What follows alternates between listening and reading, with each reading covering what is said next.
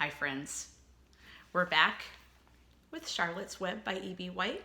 Last time we read chapter 5 where Wilbur the pig finally meets Charlotte, who turns out to be a spider, his new friend. Now we'll read chapter 6. Chapter 6 is called Summer Days. The early summer days on a farm are the happiest and fairest days of the year. Lilacs bloom and make the air sweet and then fade. Apple blossoms come with the lilacs, and the bees visit around among the apple trees. The days grow warm and soft. School ends, and children have time to play and to fish for trouts in the brook. Trouts are a kind of fish, I think. Avery often brought a trout home in his pocket, warm and stiff and ready to be fried for supper. Before I go on, I forgot to have Daisy say hi. Hang on a minute. Hi, Daisy. Oh my goodness, she's chewing on her blanket. Now that school was over, Fern visited the barn almost every day to sit quietly on her stool. The animals treated her as an equal. The sheep lay calmly at her feet. Around the 1st of July, the workhorses were hitched to the mowing machine, and Mr. Zuckerman climbed into the seat and drove into the field. Oh my goodness, that's interesting. So on Mr. Zuckerman's farm, workhorses pull a mowing machine to do farm work. I think a mowing machine might mow down the grass to make hay. Let's read on. All morning you could hear the rattle of the machine as it went round and round while the tall grass fell down behind the cutter bar in long green swaths. Next day, if there was no thunder shower, all hands would help rake and pitch and load, and the hay would be hauled to the barn in the high hay wagon, with Fern and Avery riding at the top of the load. Then the hay would be hoisted, that means lifted, sweet and warm into the big loft until the whole barn seemed like a wonderful bed of timothy and clover. It was fine to jump in and perfect to hide in, and sometimes Avery would find a little grass snake in the hay and would add it to the other things in his pocket. This hay loft. Have you ever heard of a loft? Maybe a loft bed or a loft apartment. So a loft would be a high up part of the barn, and up there is where they store the hay, the nice dried grass for the animals. Early summer days are a jubilee time for birds.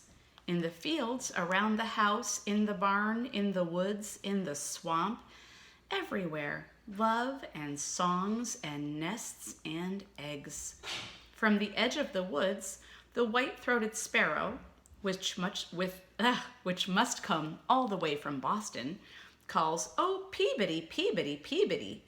On an apple bough, the phoebe teeters and wags its tail and says, "Phoebe, Phoebe."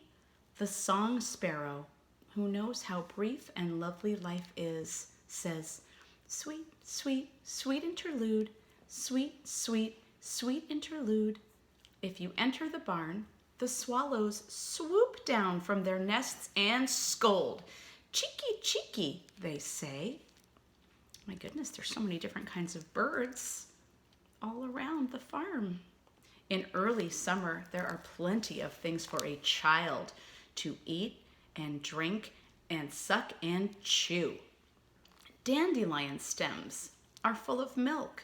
Clover heads are loaded with nectar. The Frigidaire, that's the refrigerator, is full of ice-cold drinks. Everywhere you look is life. Even the little ball of spit on the weed stalk, if you poke it apart, has a green worm inside it. And on the underside of the leaf of the potato vine are the bright orange eggs of the potato bug. Oh my goodness, I could just imagine all of you out in the school garden finding all of these little plants and animals to explore and get excited about. It was on a day in early summer that the goose eggs hatched. This was an important event in the barn cellar. Fern was there, sitting on her stool when it happened.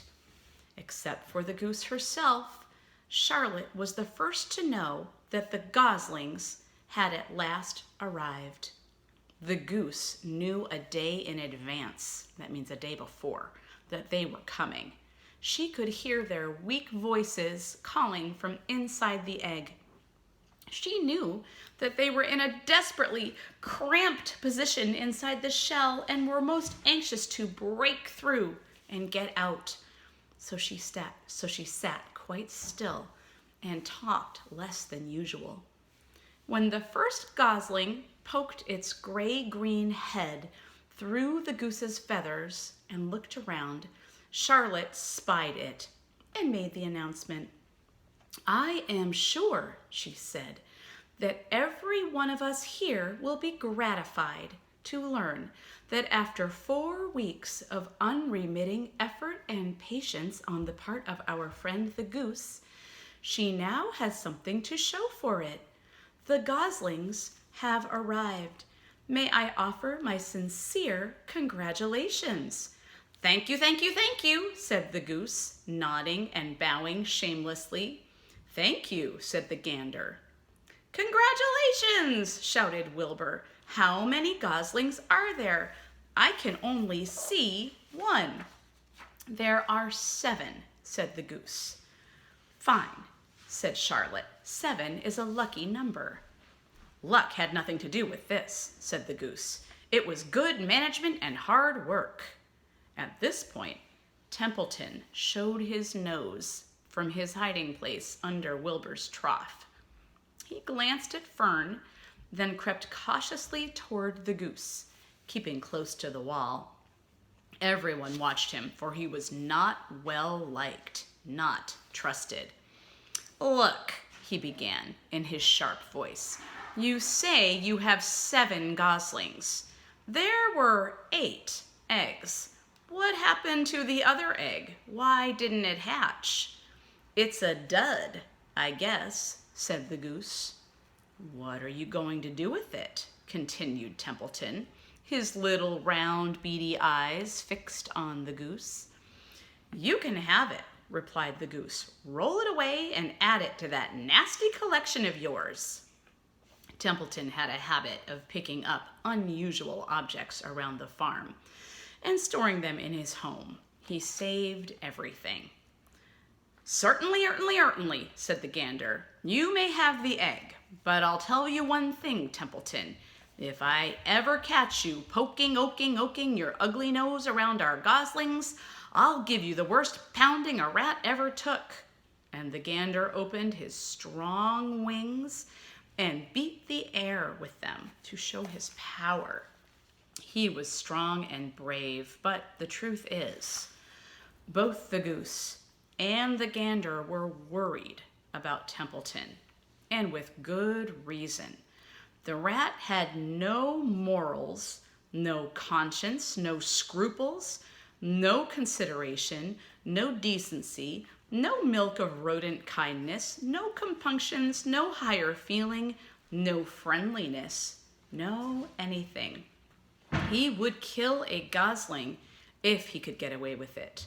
The goose knew that. Everybody knew it. With her broad bill, the goose pushed the unhatched egg out of the nest, and the entire company watched in disgust while the rat rolled it away. Even Wilbur, who could eat almost anything, was appalled. "Imagine wanting a junky old rotten egg," he muttered. Let's see a picture of Templeton getting his egg. So that was an egg that didn't hatch, so it was a dud. It wasn't going to hatch, so the goose and gander let Templeton have it. "A rat is a rat," said Charlotte. She laughed a tinkling little laugh. "But my friends, if that ancient egg ever breaks, this barn will be untenable." "What's that mean?" asked Wilbur. It means nobody will be able to live here on account of the smell. A rotten egg is a regular stink bomb. I won't break it, snarled Templeton. I know what I'm doing. I handle stuff like this all the time. He disappeared into his tunnel, pushing the goose egg in front of him. He pushed and nudged till he succeeded in rolling it to his lair under the trough. That afternoon, when the wind had died down and the barnyard was quiet and warm, the gray goose led her 7 goslings off the nest and out into the world. Mr. Zuckerman spied them when he came with Wilbur's supper. Well, hello there, he said, smiling all over. Let's see. 1, 2, 3, 4, 5, 6, 7. 7 baby geese. Now, isn't that lovely? Isn't that nice? Okay. I wish I could see those 7 baby geese, those little goslings. They must be really cute. Tomorrow we'll read the next chapter, chapter 7, and it's called Bad News. Ooh, I wonder what that bad news is going to be. Well, we'll find out for the next chapter. Thanks, friends. See you next time.